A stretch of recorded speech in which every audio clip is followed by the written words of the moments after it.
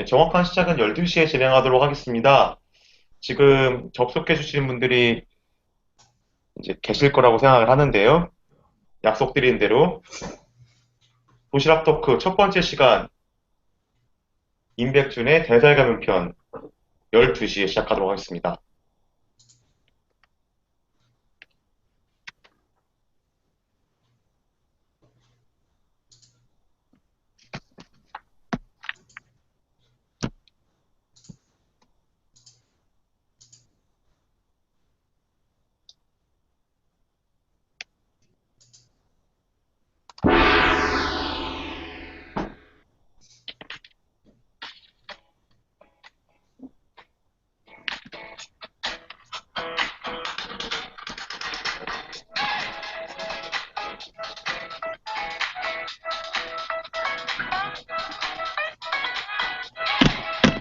안녕하세요. 도시락 토크의 최 차장 홍 차장입니다. 반갑습니다.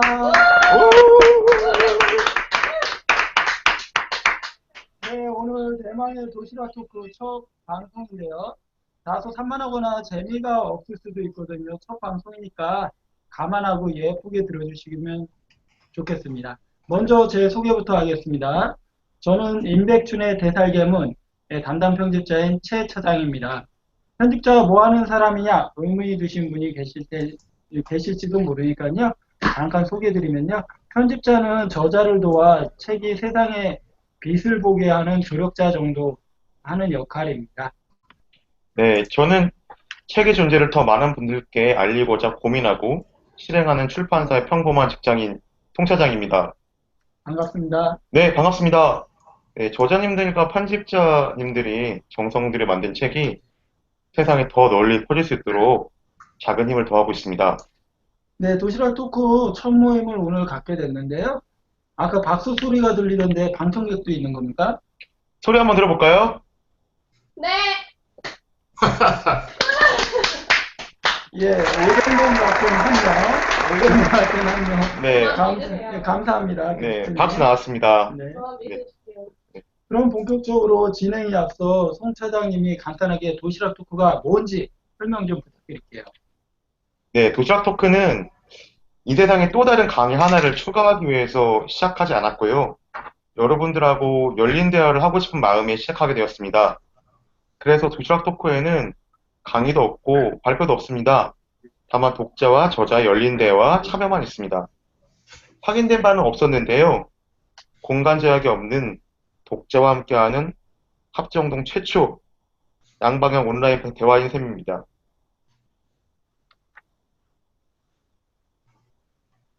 이젠 뭐 바쁜 일과 쪼개서 멀리 가지 않아도 되고요.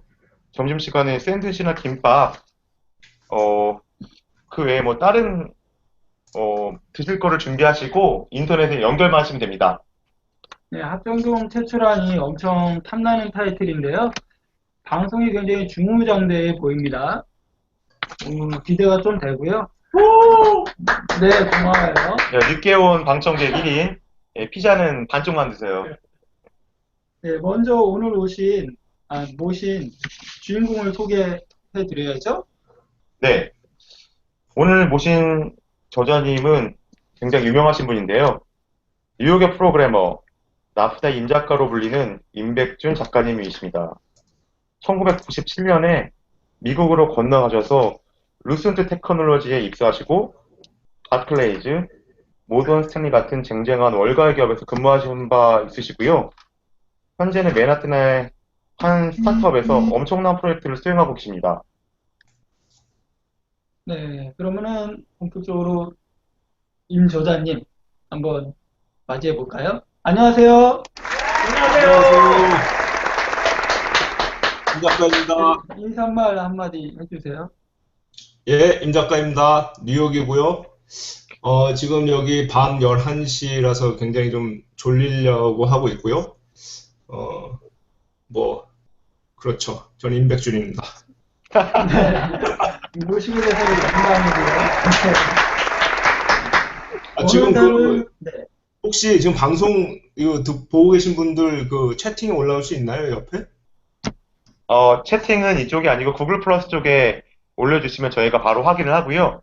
아, 질문 올려주시면 저희가 공지 드린 대로 커피와 다음 행사 나프다 미트업 6월 달에 있습니다. 초대장을 드리도록 하겠습니다. 예, 그리고 나프다 슬랙 쪽에 예, 지금 질문 올려주신 분들이 있거든요. 그쪽을 저희가 보고 있습니다. 그러니까 질문이나 뭐 궁금한 점, 뭐 이랬으면 좋겠다 바램 쭉쭉 올려주시면은 저희가 인터랙티브하게 예, 대응하도록 하겠습니다. 음, 네. 오늘 모시게 돼서 영광이고요. 오늘 다룰 책, 임백준님의 최신작, 임백준의 대살개문인데요.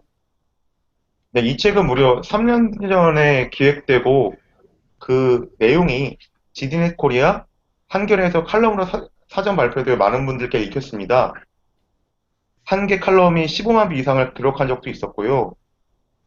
총 300만 뷰 이상을 기록한 엄청난 인기 칼럼이었습니다. IT 칼럼으로는 나올 수 없는 수치죠. 제 생각에는 전무한 기록으로 생각되고요. 아마 임 작가님이 기록을 갱신하실 것으로 생각을 하고 있습니다. 네. 의미 있는 기록으로는 페이스북 좋아요도 무려 7만 개를 넘었고요. 대단한 공감을 담은 책으로 생각을 하고 있습니다. 여러분의 성원에 힘입어서 온라인 서점 IT 모바일 분야에서 상당히 높은 순위에 랭크되어 있고요. 예, 감사합니다. 고맙습니다. 그러면 오늘 순서는 어떻게 진행되나요? 예, 오늘 순서는 저자와의 소개와 이 책의 한 줄이 있고요. 다음으로는 독자와 Q&A, 마지막에는 달콤한 정리의 순서로 진행이 됩니다. 본격적으로 그럼 첫 순서인 이 책의 한 줄 진행해 보겠습니다. 송 차장님부터 말씀해 주시겠습니까? 네, 임 작가님의 칼럼은 포스팅 될 때마다 찾아서 읽었었는데요. 이번에 책으로 나오게 되어서 반가웠습니다. 제가 가장 감명 깊게 읽었던 문장은 책의 22장과 60장에 소개된 내용이었는데요. 어떤 언어를 얼마나 알고 있는가 하는 것보다 어떤 언어를 얼마나 빨리 배울 수 있는가가 중요하다입니다. 특별한 이유가 있나요?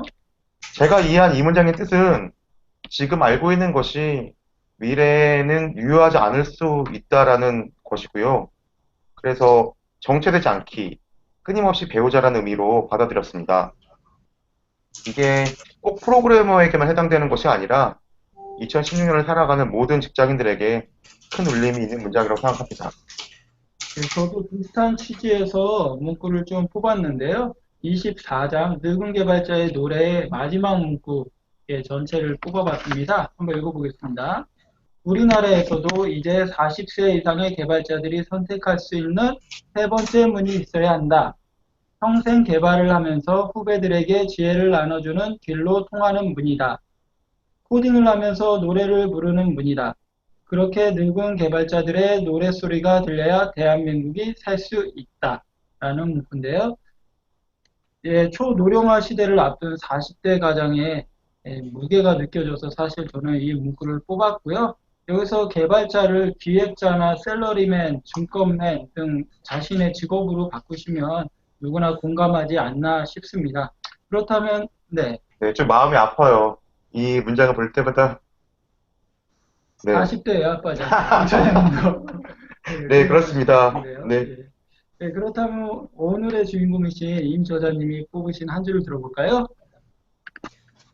예, 지금, 근데 다들 저쪽 채팅에 보니까 그 접속이 잘 안 된다고 하는 사람들이 있는 것 같은데요. 그쪽 좀 접속이 안 되시는 찾아주세요. 분들이. 네, 한번 확인해 보겠습니다. 예. 자, 그래서 제가 이제 제가 직접 한 줄을 제가 스스로 책에서 뽑는 게 이제 조금 부끄럽긴 한데 제가 이제 구태여 또 이제 질문을 받았으니까 뽑자면 저는 그대의 힘으로 생각하라. 가차없이 질문하라. 이게 그 칼럼 제목이거든요. 근데 이제 그 네, 칼럼에서 이 내용이 있어요. 그러니까 인문학은 단순히 책을 읽는 행위를 의미하지 않는다. 인문학은 모든 것을 의심하는 데에서 시작한다. 모든 권위를 부정하지는 않지만 권위를 당위로 착각하지도 않는다. 핵심은 질문을 멈추지 않는 데 있다. 자, 이 얘기를 이제 뽑아봤는데요. 여기에서 제가 말씀드리고 싶은 내용은 뭐냐면은 이제 두 가지가 있어요. 두 가지가 하나는 인문학이라는 그 말의 의미에 대해서 우리가 한번 또 생각을 해보자 이제 이런 측면이 있는데요. 보통 보면은 네. IT 쪽에서 이제 우리가 인문학과 뭐 IT의 융합 뭐 이런 것들을 얘기할 때 인문학을 이제 어떤 식으로 접근을 하냐면 그 스티브 잡스가 상품을 디자인할 때 표현했던 그 감수성, 그 감성 이거를 이제 인문학으로 해석을 한단 말이죠. 근데 그런 인문학은 사실 인문학이라는 거대한 바다를 구성하는 아주 작은 개울에 불과한 거고요. 진짜 인문학은 인간, 사람에 대한 연구로 흘러가는 거죠. 근데 그러한 그 본래 의미로서의 인문학이 최근에 와서 의미를 상실하고 요즘에 뭐 대학 같은 데에서도 그 인문학 쪽은 인문사회과학 계열은 대학원으로 지나가는 학생들이 없어가지고 학과 자체가 뭐 존폐 위기에 처해지기도 하고 뭐 그런다는 그렇죠. 이야기도 들리는데요. 그랬을 때 과연 이제 그런 그 학문들이 자리를 잡지 못하는 사회에서 인문학을 얘기하는 게 의미가 있는가 뭐 이제 그런 이야기를 이제 하고 싶었고요.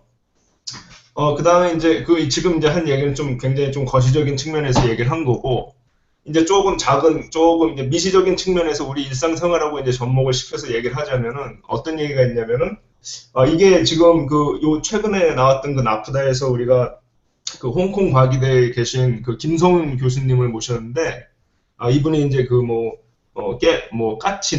까치네, 그 다음에 뭐였죠? 게리 메일, 뭐 이런 걸로 굉장히 한국에서는 잘 알려진 스타 개발자의 이제 한 분이었는데, 네.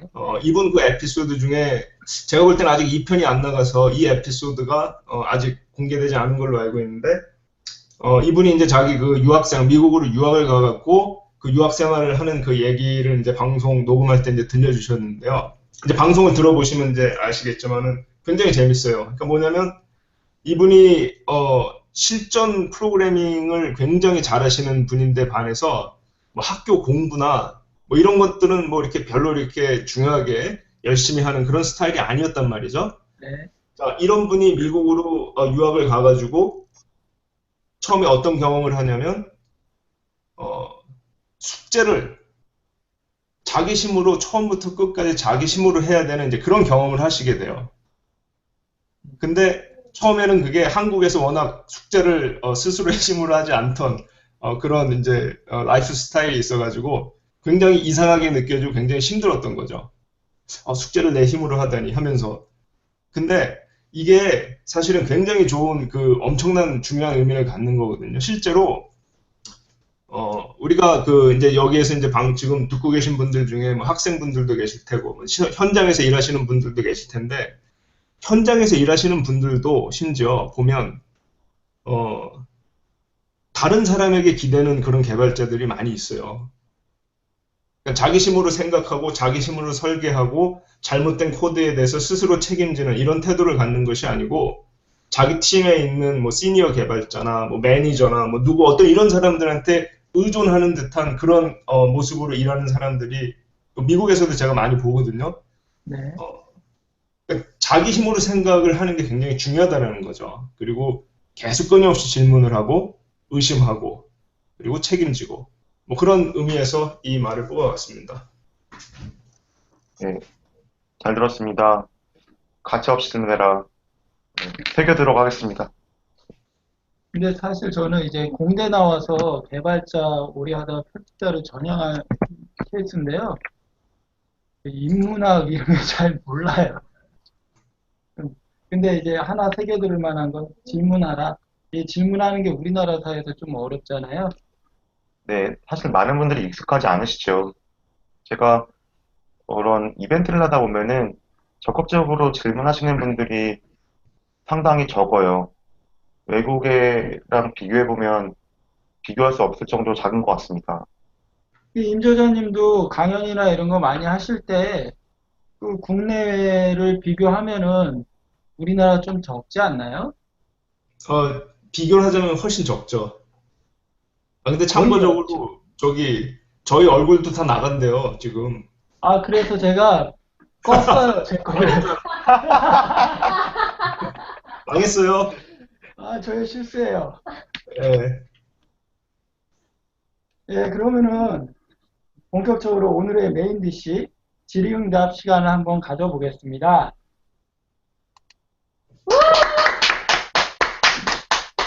역시나 300명 같은 게스트 한 명이 박수를 쳐주셨고요. 예, 도시락 페이스북 그룹에서 질문을 받으려고 그랬는데 예, 질문이 안 올라와서 사전 질문을 저희가 올려놨고요. 지금 사전에 준비한 질문은 총 13개입니다. 방송이 1시간밖에 되지 않아서 모두 다루지는 못할 것 같은데요. 예, 단 하나라도 청취자께 의미 있는 내용을 뽑는 데 집중해 볼까 하고요. 그리고 아까도 말씀드렸지만은 구글 플러스 쪽에 예, 질문을 해주시거나 나프다 슬랙 쪽에 질문해 주신 분들이 계시거든요. 그 질문들은 저희가 방송 시간 안에서 꼭 다루도록 하겠습니다. 그러면 송차연님 첫 번째 질문 부탁드립니다. 네, 첫 번째 질문입니다. 책을 읽다 보면 멀리 미국에 계신데 마치 옆에 계신 것처럼 한국 아이들 실상에 대해 굉장히 잘 알고 계신다는 생각이 들어요. 해설게임은 여러 편의 칼럼을 모아놓은 건데요. 칼럼이나 글을 쓸 때 아이디어는 어떻게 얻으시나요? 저희가 이제 지금은 제가 과거에는 노력을 좀 더 많이 했었어야 되는데 지금은 그 나프다 방송을 시작한 이후로는 그 방송 녹음 자체가 녹음을 하면서 화수분이죠. 계속 아이디어를 얻고 정보를 얻고 거기 이제 출연하는 게스트 분들이 워낙 대단하신 분들이라서 그분들하고 2시간 그 녹음을 하고 나면 머릿속에 막 아이디어가 떠오르고요. 또 그 다음에 보통 녹음을 하고 나서 우리 이제 그 정개발하고 데니스하고 같이 또 이런저런 얘기를 하느냐고 이제 같이 잡담을 막 하다 보면 또 뭐 배우는 것도 많이 있고 그래서 요즘에는 그 아이디어를 그 방송 녹음을 통해 가지고 많이 얻는다고 말할 수가 있는데 그거랑 조금 이제 떠나서 조금 더 일반적으로 이렇게 얘기를 하자면은 이런 얘기를 하고 싶어요. 그러니까 이런 아이디어를 사실 어디서 이렇게 뭐 거창한 곳에서 얻는 게 아니거든요. 그러니까 뭐냐면 제가 이제 가끔 이렇게 미국 그 스탠딩 코미디 있잖아요. 그런 걸 이제 가끔 보면서 깜짝깜짝 놀랜다기보다는 이제 속으로 탐복을 하는 게 뭐냐면 이 코미디언들이 그 무대에 올라와서 하는 이야기를 미리 스크립트를 짜서 올라오는 게 아니에요. 대부분. 아, 예. 그 친구들이 뭐냐면은 그 무대에 올라오는 도중에 어떤 사람이 이렇게 다리를 꼬고 앉아있는 모습을 보고 갑자기 생각을 한다든지 무대에 올라온 상태에서 그냥 그 관중들을 바라보다가 이렇게 갑자기 야, 너 옷 색깔이 왜 그러냐 그런 걸 가지고서 막 떠드는 거거든요. 네. 그게 이제 보면은 어떤 의미에서는 진짜죠. 미리 준비해서 딱 짜온 각본이 아니라 정말 자기 주변에서 가까운 데서 그냥 그 아이디어를 포착을 해서 그렇게 이야기를 할 수 있다는 게 굉장히 대단한 능력이고 힘인데 그래서 저도 무슨 뭐 책을 읽는다든지 아니면 뭐 이러다가 이렇게 아이디어를 얻기보다는 네. 제가 실제로 회사 생활을 하면서 저도 이제 계속 회사에서 사람들하고 그 뭐 이야기도 하고 상호작용을 하니까 그러다가 문득문득 드는 생각들이 이제 머릿속에 잡히는 거죠. 그래서 이 질문에 대한 답은 실질적인 그 아이디어의 소스는 내 생활이다. 이렇게 말씀을 드리고 싶어요. 근데 이제 생활에서도 이렇게 뜬금없이 나오는 아이디어들이 예. 지나면 까먹잖아요. 그래서 그러면 뭐 이제 에버노트를 사용해서 이렇게 적어 놓거나 뭐 이런 걸 하시나요? 그렇죠. 수첩도 있고, 제가 원래는 이제 수첩을 들고 다니고 그랬었는데, 요즘에는 이제 그 아이폰, 이 폰에다가 이제 좀 적기도 하고, 아니면 나한테 그냥, 이메일을 보내놓기도 하고, 아이디어에 키워드만 몇 개 이렇게 메모를 해요. 그래서, 네. 주중에 이제 조금 써보고, 그 다음에, 이건 글을 써도 되겠다 싶으면 이제 주말에 완성을 하죠. 아, 네.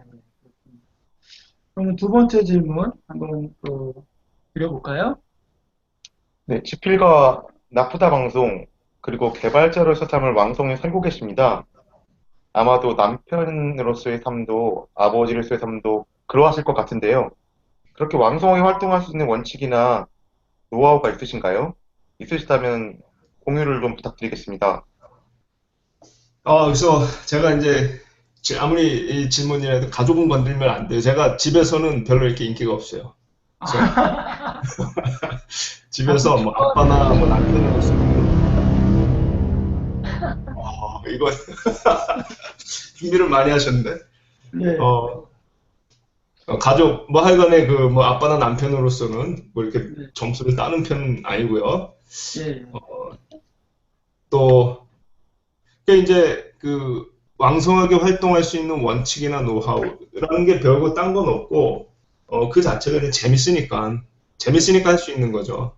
이걸 지금 일이나 어떤 다른 목적으로 한다 이랬을 때는 할 수 없는 것이고요. 이 자체가 그냥 재밌으니까 계속 하고 싶고 더 많이 하고 싶고 이제 그렇다고 말할 수가 있죠. 네, 그 그리고 책을 이제 그 쓰시는 게 미국에서 굉장히, 음, 죄송합니다. 말씀 마저 하시죠.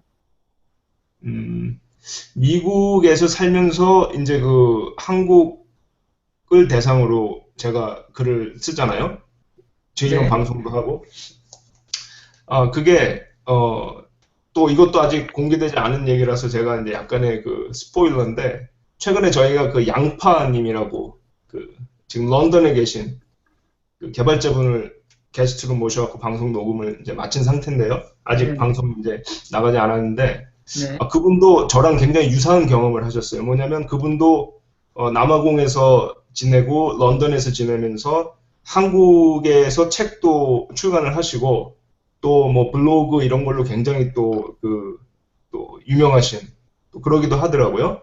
네, 네, 말은 액센트가 굉장히 있는데 글을 보면 웬만한 한국 사람들보다 훨씬 글을 잘 쓰는 것 같아요. 음, 근데 그래서 이제 저희도 똑같은 질문을 드렸죠. 그 남아공이나 런던에서 사시면서 어떻게 이렇게 한국의 독자들을 상대로 그 블로그 활동도 하고 그런 활동들을 하는 그 동기가 뭐였느냐 이렇게 물어보니까 자기는 그게 하나의 그 일기장이었대요. 아, 그러니까 그 남아공이나 그 런던에서 현실 생활 속에서 힘들고 이제 이런 부분들을 한글로 그렇게 이제 자기가 일기를 쓰듯이 토로를 했고 그런 이제 진정이 이제 통해 가지고 이제 그렇게 할 수 있었다 이렇게 얘기를 하는데요. 네, 그분한테는 그런 의미가 있었던 거고 저한테는 뭐 아주 간단하게 얘기를 하자면 저에게 제가 어렸을 때는 지금은 이제 농담으로 장난처럼 별명을 임 작가로 이제 지어놓고 하고 있지만은 젊었을 때 제 꿈은 작가가 실제로 되는 거였는데 작가가 못 네. 됐잖아요. 그러니까 작가 되셨죠? 글쎄 뭐 제가 생각했던 작가는 이런 뭐 아무튼 그래서 일종의 활동 한강님처럼 네, 그렇죠. 이런 활동이 그 어린 시절에 이루지 못한 꿈에 대한 일종의 그 대리만족 같은 그런 의미도 저한테 조금은 있어요. 네, 알겠습니다. 글쓰기를 원래 좋아하시고 즐겼던 거가 좀 영향을 많이 미쳤다. 뭐, 이 정도로 이해하면 될까요? 예, 예. 네, 슬랙 쪽에 질문이 몇 개 올라왔어요. 그래서 첫 번째 질문 한번 승 차장님이 소개해 주시겠어요? 네, 굉장히 마음 아픈 내용이긴 합니다. 제가 질문을 읽어보겠습니다. 현재이님, 저는 졸업을 앞둔 대학생이다 보니 내용이 치욕적입니다. 신입을 뽑는다는 글을 보면 항상 경력 있는 신입을 원하는 식의 구인글이 자주 보이는데요. 단지 IT 업계뿐만이 아니라 한국뿐만이 아니라 미국에서도 이런 현상 때문에 1, 2년 내에 졸업하는 친구들을 보면 대부분 스펙 경력 쌓기를 위해 졸업을 늦추고 휴학을 하는 케이스가 많습니다. 그렇게 하는 학생들, 저도 포함됩니다. 이런 학생들에 대해 임 작가님의 생각은 어떠신지요? 또 이런 상황에 대한 해결책은 어떤 것이라고 생각하십니까? 너무 질문이 커져버리는 것 같으니 개발자 쪽을 꿈꾸는 대학생들에게 좋은 조언을 해주실 수 있었으면 감사하겠습니다.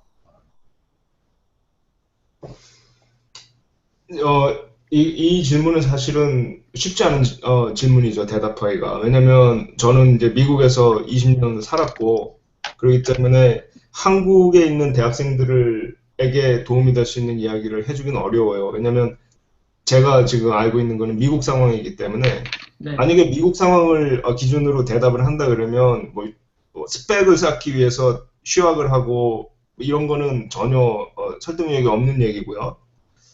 그럴 필요도 없고 그러는 게 도움이 된다는 보장도 없고요. 근데 한국에서는 지금 이런 식으로 하는 학생들이 많이 있다는 얘기잖아요. 네, 그러니까 그런 학생들, 그런 그 현실에 대한 고민을 우리가 같이 좀 해야죠. 왜 학생들이 그렇게 할 수밖에 없는지.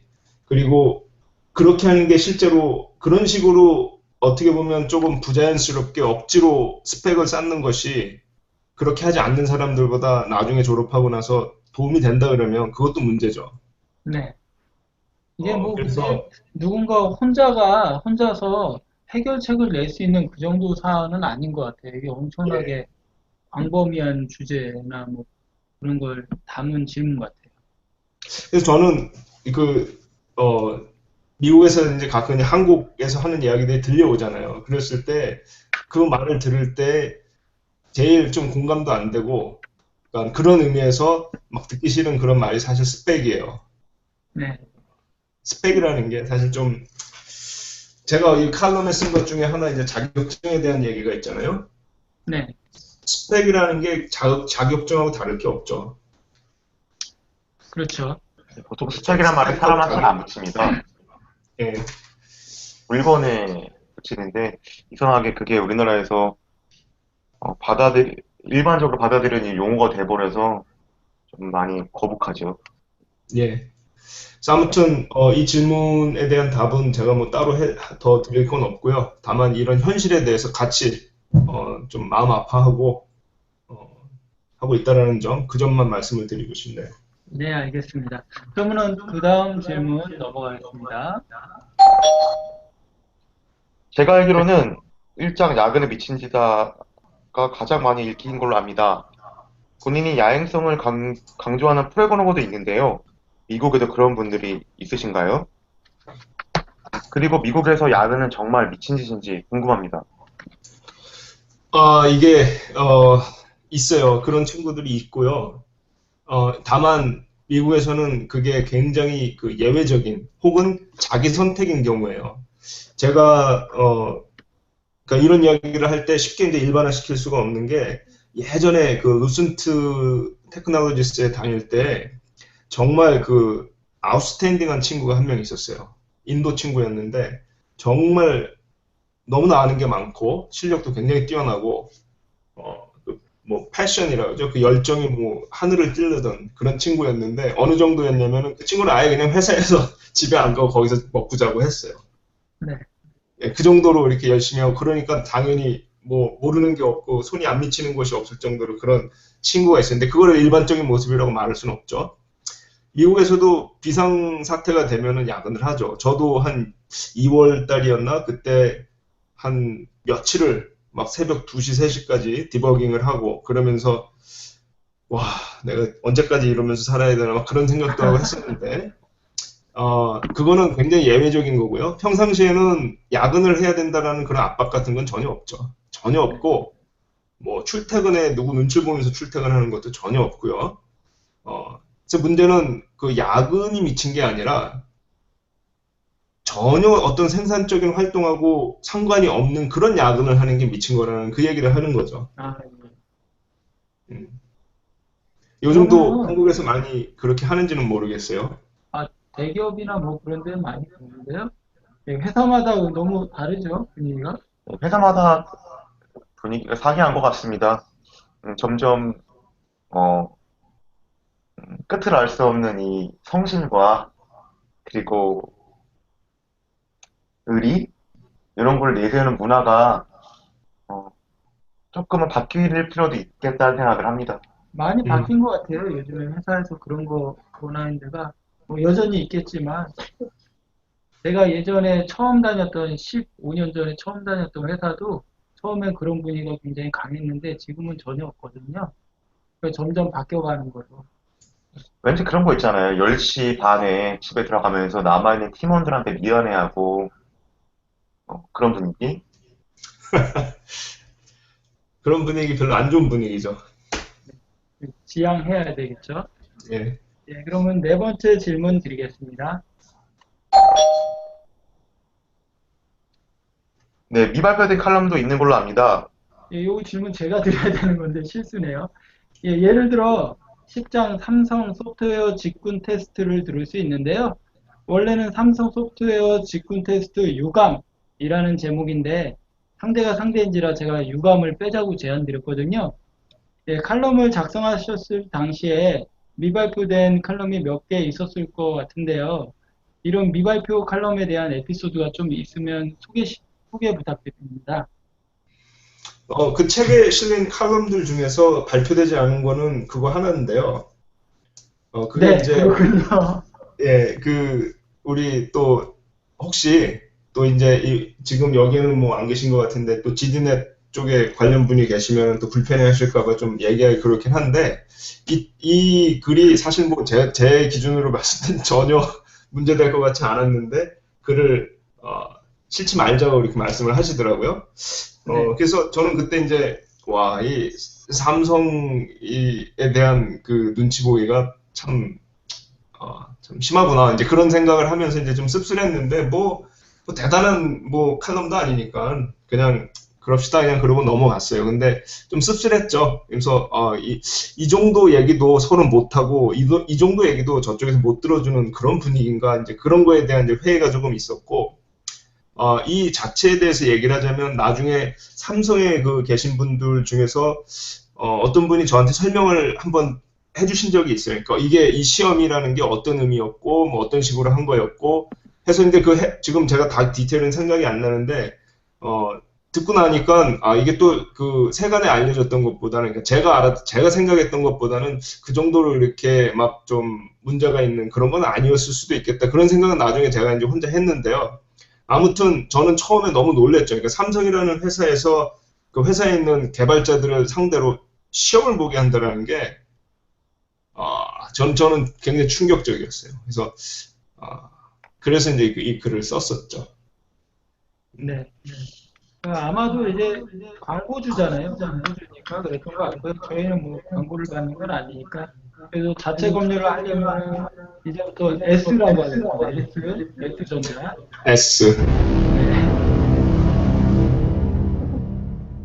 네, 그 다음 질문 또 드릴게요. 23장 우리도 가상 모임을 시작하자 보면은 VJUG라고 해서 버추얼 자바 유저 그룹 가상 모임에 대해서 이제 언급을 한번 해주셨는데요. 예. 본인이 몸소 팟캐스트 나는 프로그래머다에 MC로 활약하고 모범 보이고 있다고 생각됩니다. 이미 나프다가 방송을 시작한 지 1년을 넘기셨는데요. 상당히 힘이 많이 드는 고단한 일이라고 생각이 돼요. 일국에 청취하는 청취자로서는 이 방송이 영원히 계속되었으면 좋겠다라는 이기적인 생각도 듭니다. 향후 계획을 조금 공유받을 수 있을까요? 제가 많이 얘기를 이제 했던 내용인데요. 저는 이제 미국에서 생활을 하면서 팟캐스트 방송을 많이 도움을 받았어요. 미국에 있는 그 팟캐스트 방송을 들으면서 출퇴근길에 들으면서 이제 도움을 많이 받았고요. 그래서 또 요즘에는 그 미국에서는 워낙 그 개발자들 위한 팟캐스트 방송이 종류도 많고요. 또 그 중에서는 일부 이제 어떤 비즈니스로 성장하고 있는 이제 그런 것들도 눈에 보이고요.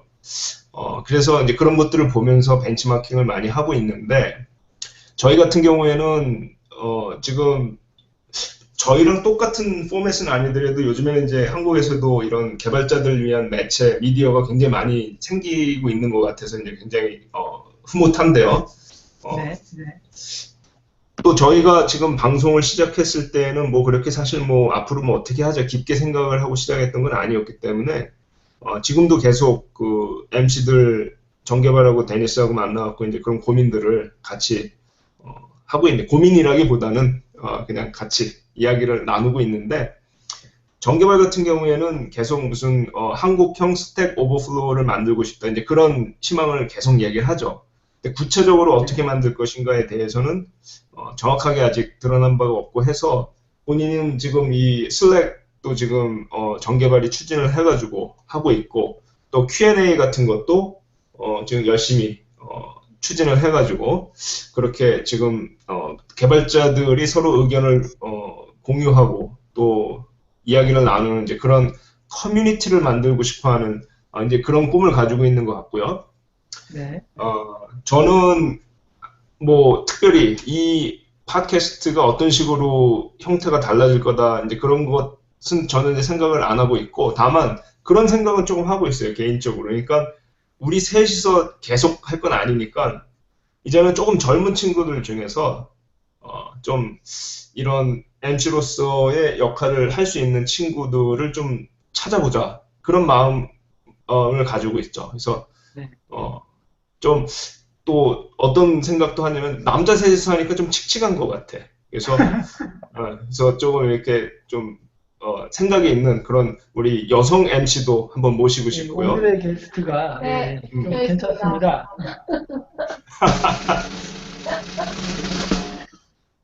뭐 아무튼 그래서 그런 식으로 나프다의 그 외연을 좀 확장시키고 계속 그러니까 저희 지금 뭐 제가 예를 들어서 제가 이제 제일 그 나이도 있고 하니까 제가 만약에 빠져도 우리 이제 좀 나이 그 어린 친구들이 조인을 해가지고 같이 계속 이 나프다를 이끌고 갈 수 있는 그런 형태로 좀 자리를 좀 잡도록 도움을 주고 싶다 이제 그런 생각은 제가 이제 하고 있는데요. 그런 생각 뭐 그 정도. 그래서 나프다는 아마 굉장히 오래 갈 것 같아요. 그러니까 지금 네. 하고 있는 MC들 중에서 뭐 누가 뭐 얼마나 계속 이거는 좀 차원이 다른 문제인데 네. 나프다 자체는 계속 좀 오래 갈 수 있도록 만들어야 되지 않나 그렇게 생각하고 있습니다. 네.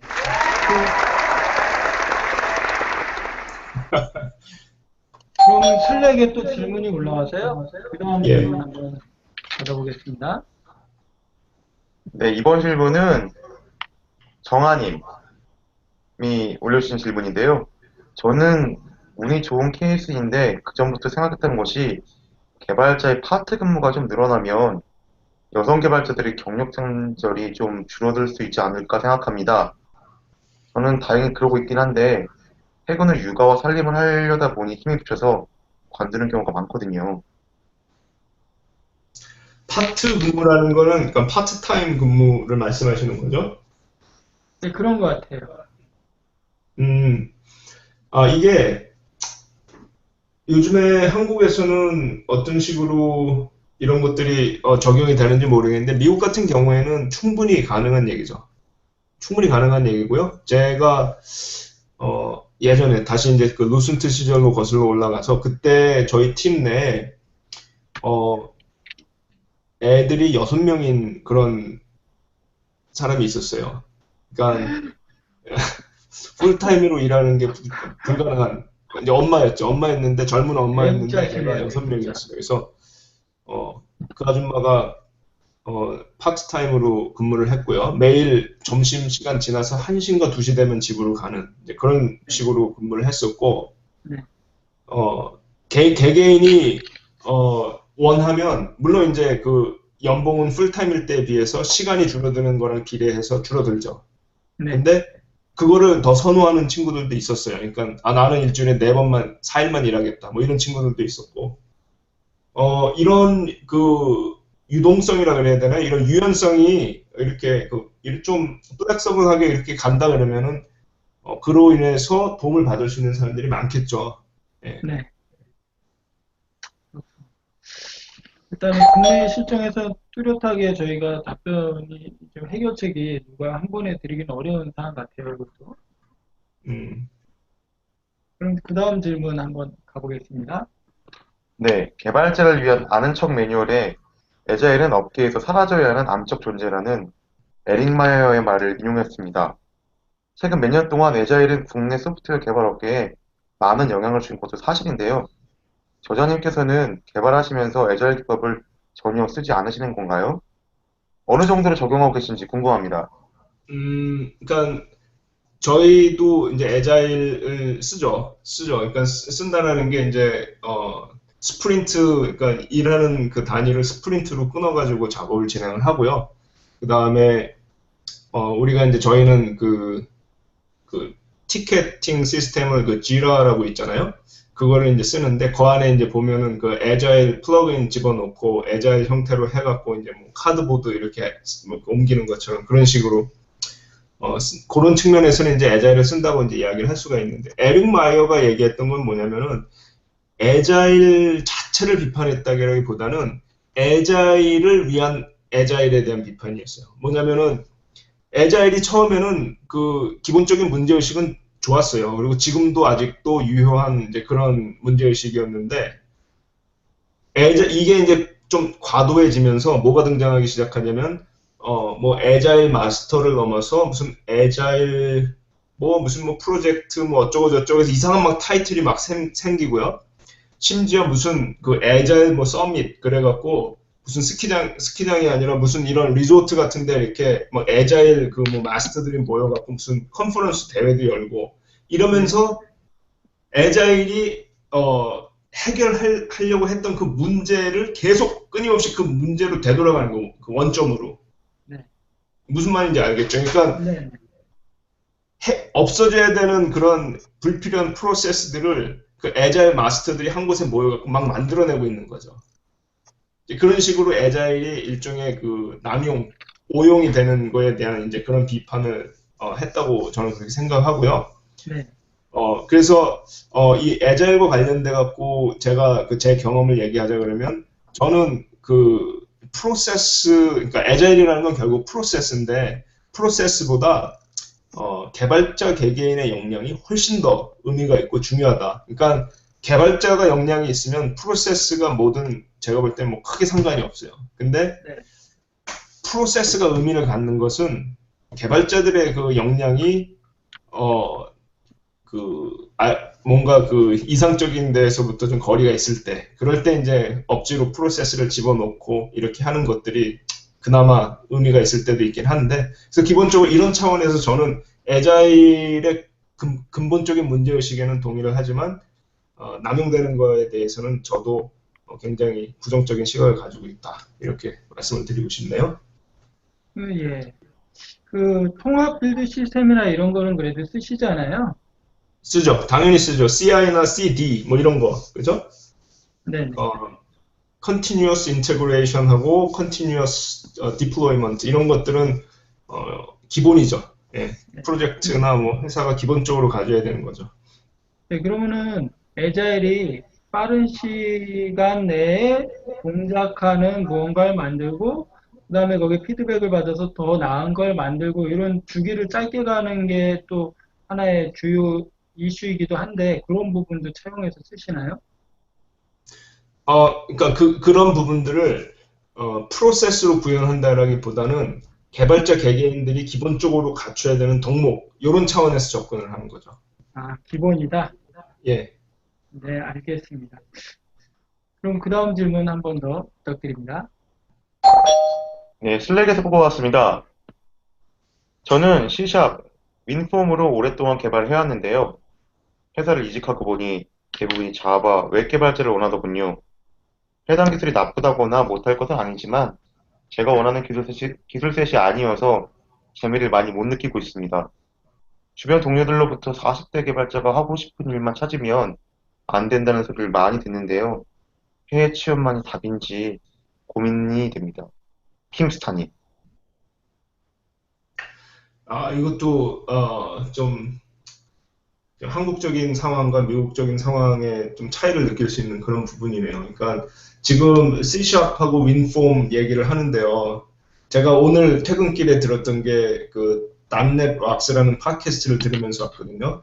그게 오늘 이번 주에 나온 그 팟캐스트의 방송 내용이 뭐였냐면 그 .NET 개발자들의 서베이죠. 그 설문조사를 한 결과를 이제 항목씩 쭉 나열을 해주면서 거기에 대해서 이제 이야기를 쭉 하는 그런 내용이었거든요. 거기에 보면은 .NET 개발자들의 82%가 C# 개발자고요. C#을 쓴다고 그랬고요. 윈폼 같은 경우에 사실 미국에서도 WPF 나온 이후에 조금 좀 과거의 낡은 기술이 아니냐 그렇게 얘기했는데 의외로 42%가 윈폼을 아직도 현장에서 개발을 하고 있다. 그렇게 얘기를 해요. 그러니까 지금 질문해 주신 분 C샵하고 윈폼 이 컴비네이션이면 미국 같은 경우에는 어서옵쇼 하는 데가 굉장히 많은, 아직도 이렇게 좀 아직도 잘 통하는, 시장에서 잘 팔리는 그런 기술력을 지금 가지고 계신 거예요. 근데 한국에서는 기술 스택도 다른데 거기에다가 40대 개발자가 하고 싶은 일을 찾으면 안 된다는 얘기를, 그러니까 한국적인 상황에 대해서 제가 이제 완전히 다 모르기 때문에 이걸 받아들일 수밖에 없지만 그런 이야기를 하는 주변 사람들도 좀 밉네요. 그래서 해외 취업만이 해답이냐, 이거는 제가 말씀을 못 드리겠지만, 네. 아니요. 40대가 아니라 50대도 자기가 하고 싶은 일만 찾아야 돼요. 네. 저는 그렇게 얘기하고 싶어요. 근데 작가님도 C샵 쪽의 전문가시잖아요. 네? C샵 쪽 전문가시잖아요. C샵을 자바보다는. 한동안 썼죠. 요즘엔 지금 여기 어떻습니까? 저는 계속 옮겨 다니는 거예요. 지금 있는 회사에서는 또 그 자바랑 스칼라 스택으로 한 2년 개발을 했고요. 그렇군요. C샵은 이 회사에서는 지금 C샵을 쓸만한 대상이 없어요. 그래서 C샵은 지금 그냥 그 지난번에 그 빌드 행사 갔다 와서 갑자기 막 필 받아갖고 조금 들여다보고 그 정도. 그 머니소프트에서 이 말은 못 들으셔야 되겠어요. 요즘에 안 쓰신다는 말씀을. 네, 취미로 또 C샵을 보고 계시니까 네. 충분히 위로가 되실 것 같습니다. 네. 그러면 7번째 질문 드리시죠. 네, 금방 언급된 함수형 프로그래밍에 대한 질문이 있습니다. 최근 우리나라에서도 스칼라로 대변되는 함수형 프로그래밍 열풍이 불고 있는데요. 조금 의아한 것이 TOB에서 제공하는 랭귀지 사용 랭킹에 의하면 스칼라는 30위권에 머물러 있고요. 다른 함수형 프로그래밍 언어의 순위는 더 낮습니다. 그런데도 개발자로서 하스켈, F# 같은 함수형 프로그래밍을 익혀야 하는 강박관념을 떨치기는 쉬운 일이 아닌 것 같아요. 회사마다 중요도는 다르겠지만 스칼라 같은 함수형 언어가 미국에서는 보편적으로 익혀야 하는 언어인가요? 아울러 함수형을 넘어 리액트 프로그래밍에 대한 수요도 궁금합니다. 이게 그 함수형 그 언어에 대해서 이제 우리가 얘기를 할 때 중요한 게 뭐가 있냐면은 사실 미국에서도 함수형 언어로 처음부터 끝까지 개발하는 그런 프로젝트는 잘 없어요. 있긴 있는데 많이 있진 않아요. 굉장히 드물어요, 사실. 제가 아는 친구들 중에는 뭐 그런 뭐 F샵으로 처음부터 끝까지 사용하는 그런 회사를 다니는 친구도 있고, 또 제인 스트리트라고 그 월가에 있는 회사 같은 경우에는 오캐멀이라는 함수형 언어를 그 회사 전체가 그것만 쓰고요. 그 다음에 이제 저는 지금 이제 에드텍이라고 부르는 그런 이제 비즈니스 섹터에서 이제 일을 하고 있는데, 그 에드텍 쪽에서는 저희랑 비슷한 회사들 중에서 처음부터 끝까지 전부 다 스칼라만 쓰는 회사들도 많이 있어요.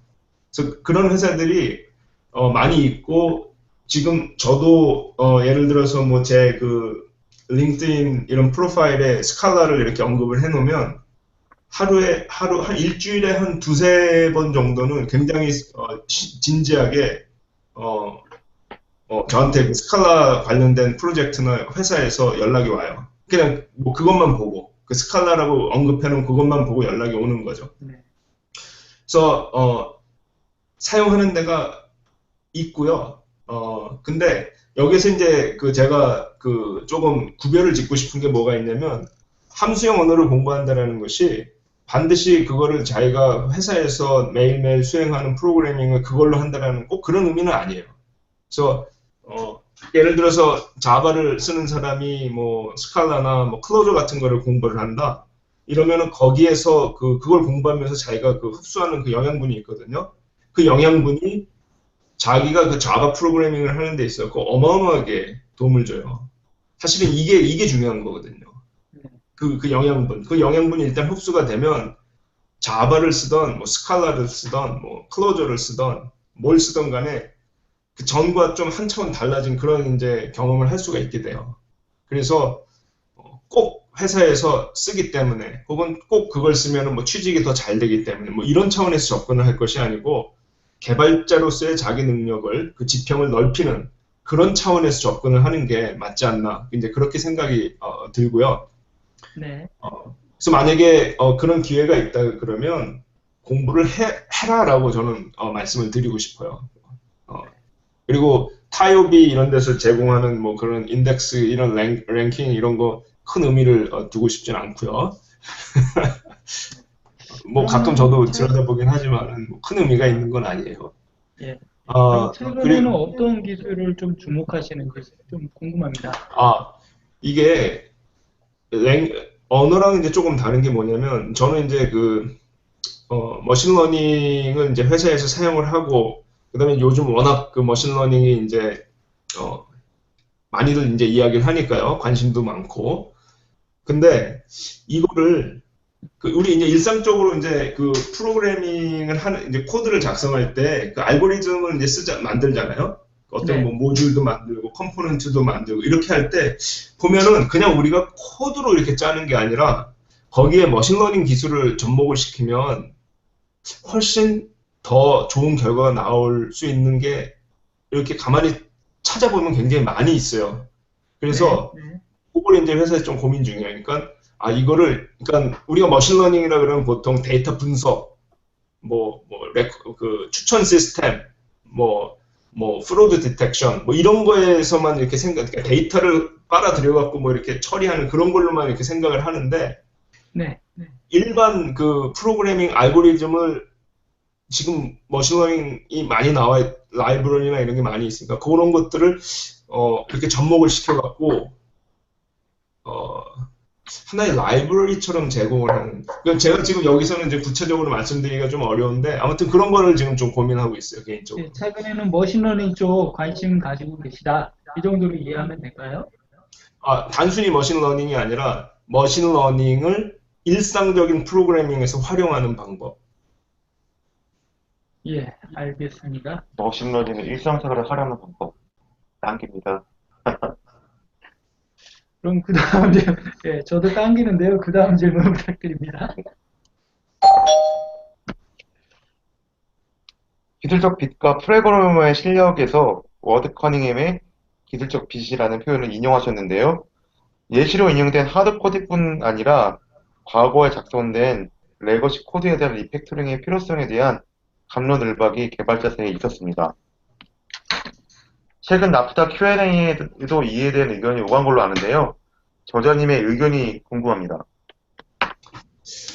이게 저는 이미 조금 약간 마인드가 약간 오염됐어요. 뭐냐면 제가 순수한 개발자 그런 개발자의 그 롤만 가지고 있었을 때는 기술적 빛이라는 거랑 당연히 아주 싸워야죠. 기술적 빛이라는 게 내 프로젝트에 코드 베이스에 쌓이면 안 되는 것이고 그렇기 때문에 뭐 유닛 테스트라든지 뭐 펑셔널 테스트라든지 아니면 리팩토링이라든지 이런 것들에 대한 시간을 당연히 주장을 하고 확보를 하고 미국에서 이제 그런 것들을 커링 코너를 아무튼 이렇게 그러니까 타협을 한다고 이렇게 얘기를 하거든요. 그러니까 개발자 입장에서 이런 반드시 해줘야 되는 리팩토링 그다음에 뭐 유닛 테스트, 펑셔널 테스트 그다음에 좀 제대로 된 그 설계 이런 것들을 다 자기가 정상적으로 할 수 있는 시간을 매니저한테 요구를 해서 확보한 다음에 제대로 좋은 그 결과를 낳는 이런 식으로 작업을 해주는 게 이제 굉장히 원칙이죠. 원칙이고 저는 개발자들은 그렇게 해야 된다고 생각을 해요. 저는 이제 근데 입장이 이제는 개발자만이 아니라 개발자랑 반대편에 서 있는 사람의 이제 그런 롤을 맡다 보니까 이제 타협을 막 주장을 해. 타협을 하자.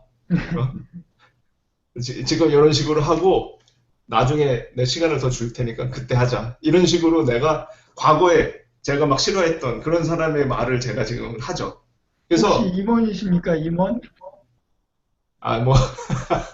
그게 아니라 그래서 여기에는 진짜 사실 정답은 없어요. 실제로. 왜냐면, 하지만 저는 개발자들은 기본적으로 이거를 자기의 그 책임이라고 생각을 해야 된다고 그렇게 말하고 싶어요. 그러니까 매니저가, 야, 안 돼. 그냥, 야, 테스트 이런 거 다 필요 없으니까 뭐 금요일까지 해. 라고 했을 때 거기에 굴복하면 안 된다. 라고 말씀을 드리고 싶어요. 네, 알겠습니다. 네, 이제 커리어 관리 쪽으로 이제 제 질문을 돌리겠습니다.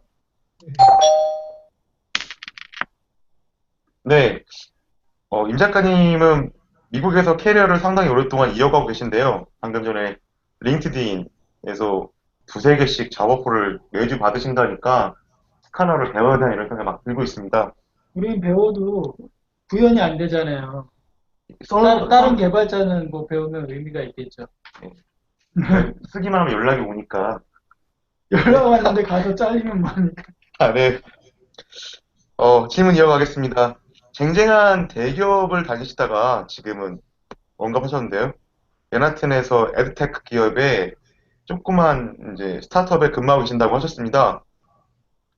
이직은 직장인에게 매우 중요한 의사결정인데요. 이직하실 때 가장 중요하게 생각하시는 고려사항을 소개시켜 주신다면 무엇이 있을까요? 그리고 이것만은 꼭 알아둬야겠다는 그런 팁이 있다면 소개를 부탁드립니다. 무슨 그런 엄청난 팁은 없고요. 뭐 제가 뭐 회사 옮기는 전문가가 아니기 때문에. 근데 저는 회사를 언제 옮기냐면 미국에서 처음 직장을 잡았을 때는 그런 생각을 전혀 안 했어요. 그러니까 여기서 그냥 마치 평생 회사를 다닐 것처럼 그렇게 생각을 했었는데 한 번 옮기고 나니까 옮겨야 되는 그런 포인트가 생기더라고요, 계속. 근데 그게 이제 뭐냐면 세 가지가 있어요. 하나는 아침에 회사에 출근하는데 설레질 않아요. 내가 오늘 회사에 가서 할 일이 나한테 어떤 설렘을 전혀 안 줘. 자, 이럴 때 뭔가 이제 신호가 오기 시작하는 거예요. 근데 때로는 그게 그냥 권태기일 수도 있어요. 그래서 그 시기가 지나고 나면 또 다시 막 또 열심히 일을 하게 되는, 뭐 그럴 수도 있는데, 그러면 다행이고, 그런 상황이 조금 오래된다 이랬을 때는 생각을 해봐야죠. 그게 하나고, 그 다음에 이제 또 이게 이제 보통 사람들이 제가 볼 때는 잘 생각을 못하는 포인트 중에 하나라고 보이는데요. 회사에 가서 내가 하는 일이 너무 편할 때. 그러니까 내가 다 알아. 우리 회사에 있는 도메인, 뭐 무슨 시스템 어디에서 뭐가 돌아가고 이런 걸 다 알고 사람들이 나한테 와서 의지하고 물어보고 그럼 내가 이렇게 뭐라고 얘기하면은 됐다 그러고 가갖고 막 해결이 되고 그러면 회사에서 되게 인정받는 것 같아서 기분이 우쭐해지거든요. 너무 편한 거야. 점점점 이게 아까 처음에 얘기했던 거랑 좀 연결이 돼요. 마음이 편한 거랑 그 다음에 설레지 않는 거랑 약간 통하는 부분이 있어요. 그리고 그게 이제 두 번째고요. 세 번째는 돈을 더 받고 싶을 때. 미국에서는 회사에서 자기가 다니고 있는 회사에서 파격적으로 인정을 받아갖고 돈이 확 올라가거나 아니면 회사를 옮길 때 협상을 잘 해서 그게 잘못 이해하면은 너무 쟤는 회사에 대한 그 충성심 뭐 로열티가 없이 돈만 너무 찾아다닌다라고 이렇게 보일 수도 있는데요. 네. 그거를 제가 예전에 여기 이 책에도 그게 있는 소프트 스킬 책을 보고 나서 쓴 칼럼이 있었거든요. 그 책 제목이 뭐였죠? 하여간에 거기에 보면은 그런 얘기가 있었어요. 그러니까 개발자들이 회사에 다니는 월급쟁이지만 마음가짐 자체는 회사랑 내가 동등한 그 개체라고 이렇게 생각을 하고 회사한테 내 서비스를 파는 거라고 이렇게 생각하라는 이제 그런 조언이 나와요. 존 서맨스인가 그 사람 그 소프트 스킬 책 한국에도 지금 번역이 된 걸로 알고 있는데요. 그게 무슨 얘기인가 하면은 내가 회사를 더 많은 돈을 받고 옮긴다 이랬을 때에는 어떻게 역으로 따지고 생각을 하면은 그만큼 그 마켓 프라이스로 내 능력을 샀던 그 회사는 그만큼의 그 뽑아갈 걸 다 뽑아간 거죠. 그러니까 얘가 이제 좀 꼬이고 있는데 뭐냐면 내가 더 많은 내 실력으로는 난 이거보다 더 많이 받아야 돼라고 생각하는 게 전혀 부끄럽거나 잘못된 생각이 아니라는 거를 말씀을 드리고 싶고요. 그렇게 자기가 더 요구를 하는 게 당당할 수 있어야 돼요. 네. 얘기를 한국에서는 보통 1년에 한 번 연봉 협상 하거든요. 그럼 말씀하신 걸 들어보니까 그냥 회사 다니다가 중간중간 말해도 된다, 뭐 이런 오해가 생길 수도 있을 것 같은데, 제 오해가 사실인가요? 중간중간에 어떤 말을 회사에다가 연봉 좀 올려달라. 얘기할 수 있어요. 예. 예. 연봉을 올려달라 이렇게 얘기를 할 때도 있고 그걸 이제 보통 돌려서 이렇게 얘기를 하죠. 그러니까 야, 저 팀 나한테 줘. 이런 식으로. 아, 그러니까 자기 롤을 혹은 뭐 그렇게 노골적으로 얘기하지 않더라도 내가 조금 더 이렇게 롤이 확장된 그런 역할을 맡아보고 싶다. 이런 식으로 얘기를 하는 거죠. 그게 결국은 같은 얘기죠. 네. 그래서 그게 돈을 직접적으로 뭐 올려달라 이런 거보다는 이제 더 받을 수 있는 방법으로 이제 뭐 저 팀을 달라, 이 일을 나 달라, 중요도가 높은 뭐 그런 걸 요청한다는 거죠. 그렇죠. 예. 네. 굉장히 뭐 합리적이고 내지는 생각보다 내가 더 이런 많은 일을 할 수 책임을 있다. 갖고 거기에 걸맞는 보상도 받고 우리나라는 근데 책임은 늘어나는데 보상은 늘어나지 않는 경우들이 좀 보여서 안타깝습니다. 승진만 하고 다른 건 없는 경우. 이 근데 방송 사장님도 들으실 수 있으니까 우리 회사는 안 그런 거고. 근데요. 그런 얘기를 하는 사람들 제 주변에서 종종 봤는데 그거를 자기가 그런 말을 자기 말에 대해서 책임을 질 수 있을 만한 그런 능력을 보여줬을 때 가능한 거지. 그냥 무작정 그런 얘기를 하면은 오히려 밉보일 수가 있죠. 네. 아까 거론하셨던 소프트 스킬, 우리나라에서 소프트 기술인 것 같고요. 예. 소프트웨어를 위한 인생 매뉴얼, 좋은 썸매이신 거네요. 예, 그러면은 10번째 질문 들어가겠습니다. 예, 지금 현재 근무하고 계신 기업에서는 어떤 역할을 하고 계신가요? 기존에 근무하셨던 대기업과는 사뭇 다른 분위기일 것 같아서 여쭤봅니다. 일단 작은 회사예요. 작은 회사고 전체 직원이 뭐 한 100명도 안 되고요. 개발자라고 말할 수 있는 사람들은 뭐 IT 그 회사의 절반 인력이 이제 IT 쪽인데 그 중에서 뭐 인프라스트럭처도 있고 뭐 데이터 쪽 사람들도 있고 뭐 그러니까 우리가 뭐 자바 혹은 뭐 스칼라 개발자라고 얘기할 수 있는 사람은 한 20명에서 30명 사이 뭐 그 정도인데 그런 그 소프트웨어 개발과 관련된 그 부분에 있어서는 책임을 맡고 있죠. 예. 혹시 한국에서 책을 많이 내시잖아요. 예. 네, 방송도 하시고 그런 게 이직이나 아니면 지금 현재 회사에서 좀 도움이 된다든가 그런 경력들이 그런 측면이 좀 있나요? 전혀 없어요. 전혀 없고 아무 상관이 없어요. 아무도 그냥 모르나요? 이런 걸 하는지? 보통은 제가 뭐 회사에서 구태여 얘기를 안 하는데 지금은 그 전까지는 제가 회사에서 같이 한국말을 할 수 있는 사람이 한 명도 없었어요. 이 회사에 오기 전까지는. 네, 근데 이 회사에 오니까 그렇게 얘기할 수 있는 사람이 세 명이 있어요. 네. 그래서 그분들이 알죠. 그분들이 알았죠. 그래서 그래요. 사인해달라고 그러시더라고.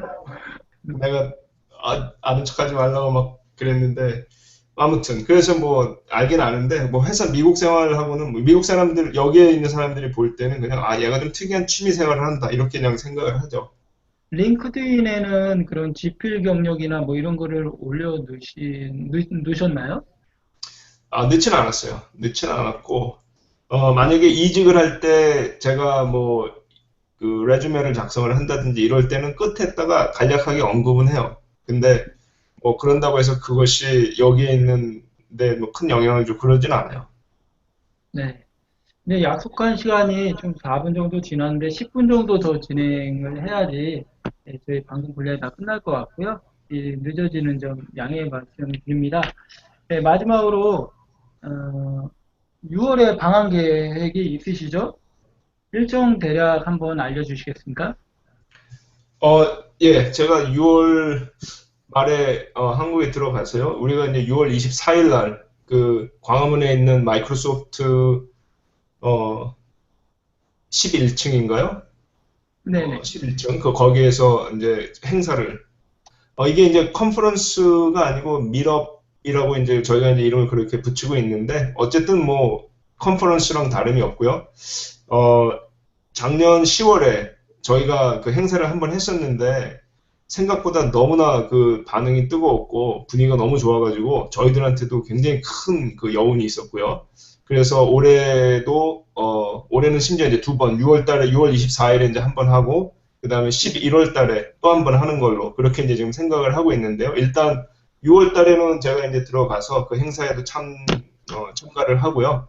그리고 또 뭐 다른 이번에 그 스칼라 데이스 그 뉴욕에서 열린 그 행사에 지금 여기 방송에 들어오셨는지 모르겠는데 우리 카카오에서 한국에서 한 분이 오셨죠. 우리 네. 김계옥님.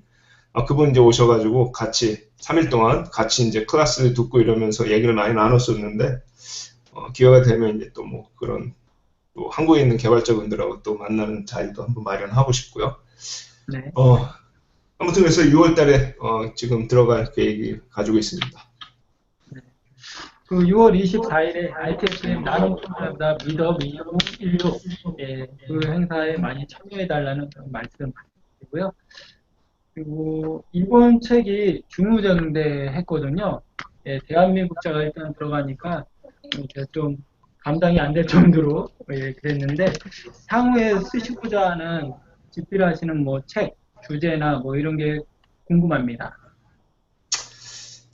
책이 지금 저희가 지금 진행된다라기보다는 뭐 구상, 뭐 혹은 진행, 뭐 그런 단계에 있는 책이, 또 이제 함수형, 그 프로그래밍의 그 기본 개념들을 쉽게 설명하는 그런 책 지금 구상 중이고요. 네. 또, 가능하면, 이게 이제 가능할지는 이제 좀 봐야 될 것 같은데, 가능하면 또 우리 한국에 있는 그 자바 개발자들한테 스칼라 언어를 소개하는 책도 지금 쓰고 싶은 그런 욕심이 있어요. 그래서 네. 스칼라와 관련된 책들을 많이 지금 공부를 하고 있고요. 네. 또 기회가 되면 저의 어린 시절의 꿈, 뉴욕의 프로그래머는 사실 소설이라고 부르기가 좀 그렇죠. 그거는 그냥 소설이라고 이름을 붙인 에세이였고요. 네. 진짜로 우리 그 개발자들의 이야기를 담은 그런 소설도 한번 꼭 쓰고 싶은 그런 이제 욕심이 있는데요. 이제 그 나프타 방송을 하면서 이야기들을 너무 많이 듣고 있기 때문에 그런 정말 이건 정말 소설로 써도 재밌겠다 그런 이야기들이 지금 점점 쌓여가고 있어요. 그래서 그 꿈도 계속 키우고 있는 중입니다. 네, 제가 방송 스크립트를 미리 드렸는데 공개 가능한 것부터 아이템 노출 금지라고 이렇게 써놨는데 안 읽으신 것 같아요. 네, 6월하고 7월에 나오시는 책 있죠? 일단 6월하고 팟캐스트 나눔 프로그램보다 2탄. 2탄. 네, 그리고 번역책이 또 한 권 있잖아요. 그 번역책이 그 우리 한국말로 어떻게 하기로 할지 모르겠는데 Seven Concurrency in Seven Weeks라는 책이 있어요. 미국에. 네. 그래서 그 동시성과 관련된 그래서 그 책에 보면은 이제 기본적으로는 클로저 언어를 가지고 설명을 많이 했는데요. 그래서 클로저에서 사용하는 개념, 그다음에 뭐 스칼라나 뭐 엘릭서 이런 데서 사용하는 그 액터 모델, 그다음에 뭐 자바에서 사용하는 그 로우 레벨 그런 것들도 설명이 되고요. 굉장히 많이 있어요. 그래서 그다음에 뭐 GPU와 관련된 병렬 처리도 나오고 해서 그 책이 굉장히 그 내용이 깊고 풍부하기 때문에 그 책의 이제 번역은 이미 끝났고 그게 만약에 나가게 되면 그거랑 관련해서도 저희 이제 그 나프다 그 세미나에서 하든 아니면 다른 형태로 하든 그 독자분들한테 그 책을 70분 안에, 그 7위크스짜리 그 책을 70분 안에 한번 쫙 개괄적으로 설명하는 그런 자리도 한번 기대가 마련을 됩니다. 하려고 생각 중입니다. 네. 그 개정판도 하나 또 있죠. 행복한 프로그래밍 개정판 준비 중인데요. 지금 워낙 그게 이제 10년 전, 제가 처음으로 10년도 훨씬 더 됐죠. 그 처음 썼던 책이라서 지금 그 안에 있는 내용 중에 지금 읽기에는 맞지 않는 내용들도 있고 해서 좀 대폭적으로 내용을 좀 개선해서 다시 여름에 나올 계획을 가지고 있습니다. 네. 구글 플러스 쪽에 질문이 하나 올라왔습니다. 네, 안병왕님께서 해주신 질문인데요. 대살개문에서 멘토는 없다고 하셨는데, 임 작가님도 멘토가 없나요? 혹시 있다면 누구인지 알려줄 수 있으실까요? 아직 4부를 읽어보진 못했습니다.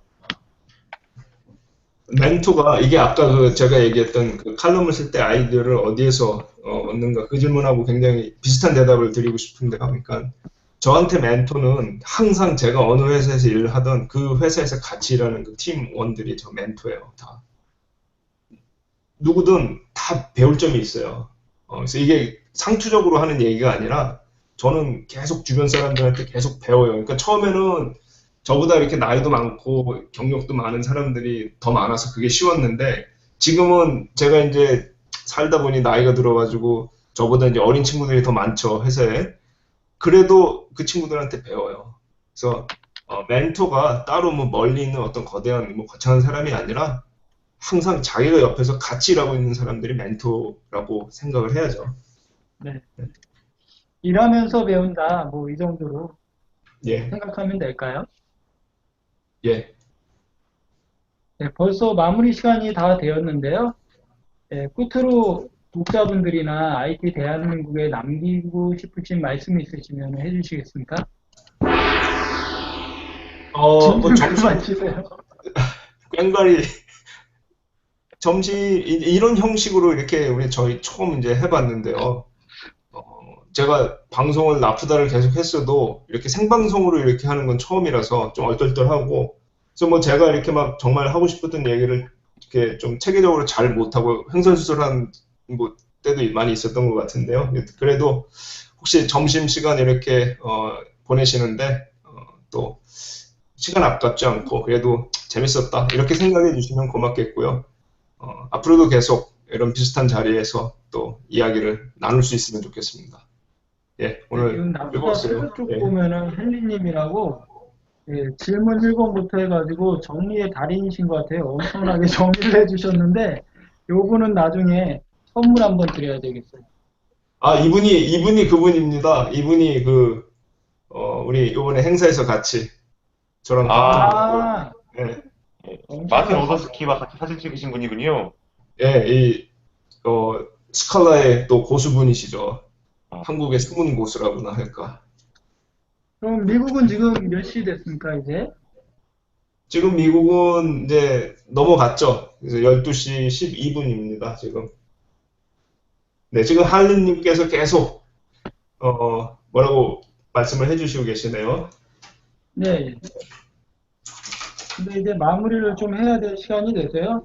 미국에서 좀 상당히 피곤하실 시간인 것 같은데, 늦은 시간까지 독자의 만남 해주신 임백준님께 감사의 박수 한번 드릴까요? 오! 네, 임백준님 만나 뵈서 반가웠고요. 또 송차장님 뭐 소감 있나요? 네. 생각보다 재미있었고요. 저는 1시간이 금방 갔습니다. 들으시는 분들도 많이 지루하게 느끼시지 않았으면 감사하겠다라는 생각을 합니다. 약속드린 대로 내 맘대로 질문상, 그리고 게스트가 뽑은 질문상 이렇게 드릴 예정이고요. 그리고 요거는 베스트 정리상도 한 번 드려야 될 것 같아요. 예, 추가로 베스트 정리상 드리도록 하겠습니다. 이분들은 방송 끝나고요. 저희 페이스북 그룹에 공지 드리도록 하겠습니다.